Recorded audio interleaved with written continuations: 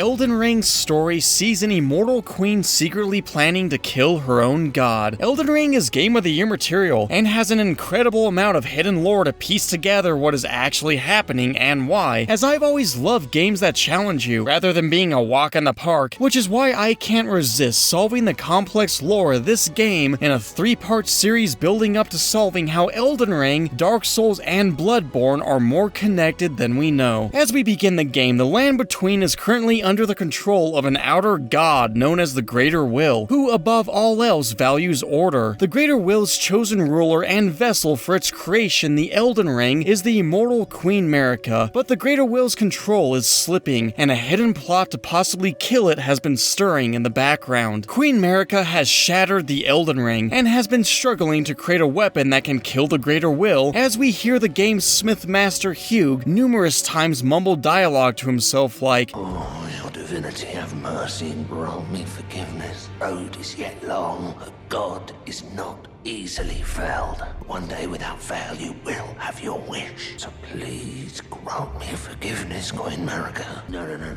I need to do better than this. This will never kill a god. I can do better than this. It needs to slay a bloody god." For killing an outer god like the Greater Will may be nearly impossible, but for one exception. The Land Between, a carefully chosen name, has a long history of being ruled by the various outer gods who fight to enact their will over it, and any who wish to enter the lands from the outside must pass through a fog to reach it. The outer gods themselves are different from the demigods and supposed gods that we fight in the game, who are placed into power by the outer gods that exist as sort of cosmic entities that influence the world through their creations, chosen vessels, and apostles. The Land Between was hinted to have once been overseen by the celestial bodies that Ranni is attempting to usher back into control, where humanity is free to decide its own fate. Sometime after, the Land Between was ruled by Dragon Lord Placidusax, who worked under a dragon god during the Age of Dragons. Then one day, a golden star bearing a beast known as the Elden Beast fell from the sky, which would later become the Elden Ring, marking the beginning of the Greater Will's rule over the Land Between. This new outer god then chose a member of the Numen race, who are supposed descendants of denizens of another world, long-lived but seldom born, to become its chosen vessel for its Elden Ring, which is able to manipulate and uphold the concepts of life, death, and space, including others. The Elden Ring then brought forth the Erd Tree, which cycles the deceased souls of the land for reasons far more sinister than what the people of the land know, who have come to worship it, and who might certainly want this god dead if they knew what the Greater Will was really doing with them. The Greater Will, through Queen Marika, quickly set upon tearing down any other factions who supported other outer gods, as we see Queen Marika's husband Godfrey lead the Leyndell army against the fire giants to stop their fire god's powers from threatening the Erd Tree and thus the Greater Will, though Godfrey, who was simply serving Marika, most likely was unaware. In the game, we become aware of more outer gods, being the god of the Flame and Frenzy, the Formless Mother, god of the Scarlet Rot, and god of the Deathbirds or Death, not to mention the celestial bodies of the moon and stars that Ranni seems to trust that may point to a god of the Dark Moon who represents natural order and freedom. Sometime after the Greater Will had gained something akin to absolute control over the land, and its ominous plan for the people was set in place, did Queen Marika decide to tear out the Death Rune from the Elden Ring, ensuring that no one, including her, would ever die in her kingdom, which had major consequences for the Greater Will's hidden agenda. But for Queen Marika, everything was going according to her plan. Her people lived on in a kingdom where everyone, demigod or not, was immortal, and abided the rules of the Golden Order, who held up the Elden Rings, and thus the Greater Will's wish for perfect order. But for the Greater Will, Queen Marika, despite being a vessel for its Elden Ring, was not under its full control. And then whether through a natural occurrence, or possibly a forced fusion by the Greater Will to fully take control of Marika, Queen Marika became two people, one being the queen that ruled over the land, who had multiple children, with Godfrey being Godwyn and Godric, with her other half being a man loyal to the Greater Will named Radagon, who, in order to stop a war going on against the Golden Order, married Lady Rennala, queen of the Carian family, where they had 3 kids named Radahn, Riker, and Ranni. With the war now finished, it's said that the hue of Godfrey's eyes faded, and he was no longer useful useful to Queen Marika and thus the Greater Will, where he was then banished from the land, becoming the first Tarnished. Radagon then left Rennala supposedly to be with Queen Marika, who we know share the same body, where they had 2 more kids, being Mikaela and Malenia, while Queen Marika seemed content on living forever, thus not needing a true successor, and even unknowingly or perhaps knowingly going against the Greater Will's true plan, as she was desperately trying to find a way to kill it. Radagon seemed to have his own motives, as most of everything he did served the Greater Will, and it's what happened next that set in motion the events of us coming into the game that may have far more desperate motives behind it than what players have come to know. On the night of what is called the Night of the Black Knives, Queen Marika's favorite child Godwyn was killed with black magical knives fashioned by Ranni, who stole the Rune of Death to make them, and also had herself, or rather her body, killed while her soul lived on, freeing her from the influence of the Greater Will, which was another major problem for the Greater Will, as Ranni was only one of 3 people who could succeed Queen Marika in being a new vessel or puppet for the Elden Ring, with the other 2 being Malenia and Mikaela, as the Greater Will needed someone who was born from one god to house the Elden Ring. Many have come to think that it was Queen Marika's rage over her son's death alone that caused her to then shatter the Elden Ring, throwing the Greater Will's plan into further disarray that Radagon then attempted to fix to no avail. This then caused Queen Marika to be imprisoned by the Greater Will in the Erd Tree, as her shattered body was hung from part of the remaining Elden Ring. But what if Queen Marika had always planned to shatter the Elden Ring in the first place, and her son's death was merely a catalyst for her to move forward with her plan sooner to rid the land of the Greater Will and its unspoken design? We know that Hugh, who had been tasked by Marika to smith a weapon to slay a god, is not talking about any of the demigods that the player has been slaying left and right, as after defeating the fire giant and talking to Malenia, asking her to wait a bit longer, a new dialogue option for Hugh opens, saying, "Are you having second thoughts? Might I have a word then? Your kind are meant to challenge them, to slay them, the demigods and their god. If you remain loyal to your calling, then no matter what you do, no matter what happens to me, I will never cease to smith your weapons until you have won to slay a god." And even after the hub for the player and other Tarnished known as the Round Table is scorched and Hugh is free from his shackles, he still refuses to leave due to his only purpose in life being to smith a weapon capable of killing an outer god. Both Queen Marika and Hugh seem so intent on the existence of a weapon capable of killing a god, possibly due to the existence of the hidden treasure of the eternal city of Nokron, a blade said to have been born of a corpse. This blood-drenched fetish is proof of high treason committed by the eternal city and symbolizes its downfall, cannot be wielded by those without a fate, but is said to be able to harm the Greater Will and its vassals. It was possibly for the creation of this blade, named the Fingerslayer Blade, that the people of the Eternal City were said to have drawn the ire of the Greater Will, and were then banished underground, where they lived in their eternal city that was soon struck by another falling star that became Astel, whose backstory reads, "Malformed star born in the flightless void far away, once destroyed an eternal city and took away their sky, a falling star of ill omen." And furthermore, a description of the eternal city reads, "An ancient city punished for high treason against the Greater Will." It's clear that the Greater Will was not happy that the people of the eternal city managed to create a weapon that could harm its vassals and itself, as it quickly moved to eradicate them, sending a meteor to destroy them. But now it was known that such a weapon could be forged. And even more, as you progress throughout the game, you find that many of the Greater Will's vassals, known as the Two Fingers, being responsible for receiving orders from the Greater Will, whose movements are translated by the finger readers, most likely to the demigods they were given to like Ranni, have nearly all been slain by a special weapon. So why? Why has Queen Marika gone to such great lengths to stop and attempt to kill the Greater Will, tearing out the Death Rune, shattering the Elden Ring along with herself, and tasking the best smith she could find with making a weapon capable of killing it, while the Greater Will, on the other hand, has been doing everything from killing opposing factions, attempting to groom a worthy successor for Marika, fusing Marika with a loyal servant, and eradicating anyone that could harm it. After all, it's just there to bring about order, right? Order for what purpose? I mean, what's the point of the Greater Will or any of the Outer Gods to come to the Land Between in the first place? I'll start by saying, while these Outer Gods, like the Greater Will, are certainly immortal and powerful, they are not necessarily good by any means. means. It's learning things that only get you deeper into something that I find to be truly fascinating, as the more I dive through so much of Elden Ring's world, the more I realize the perverse reality of what was really happening. Upon shattering the Elden Ring and seeing no other way to get it back together, the Greater Will allowed the Tarnished, people that it banned from the Land Between, back into the land with the hopes that they will defeat the demigods and put the ring back together once more, which, as stated in the game, is the source of the Erd Tree, restoring the natural order of things. But what is the natural order of things, aka the Greater Will's true plan? Well, let's look no further than the one character that brings this plot into the light, being Dung Eater. When examining a corpse killed by this thing, you're met with the following message: the Dung Eater cultivates the seedbed curse on corpses. By doing so, he prevents dead souls returning to the Erd Tree, leaving them forever cursed, with the Dung Eater's goal being to eventually have every living being across the land to be cursed from having their soul sucked away by the Erd Tree.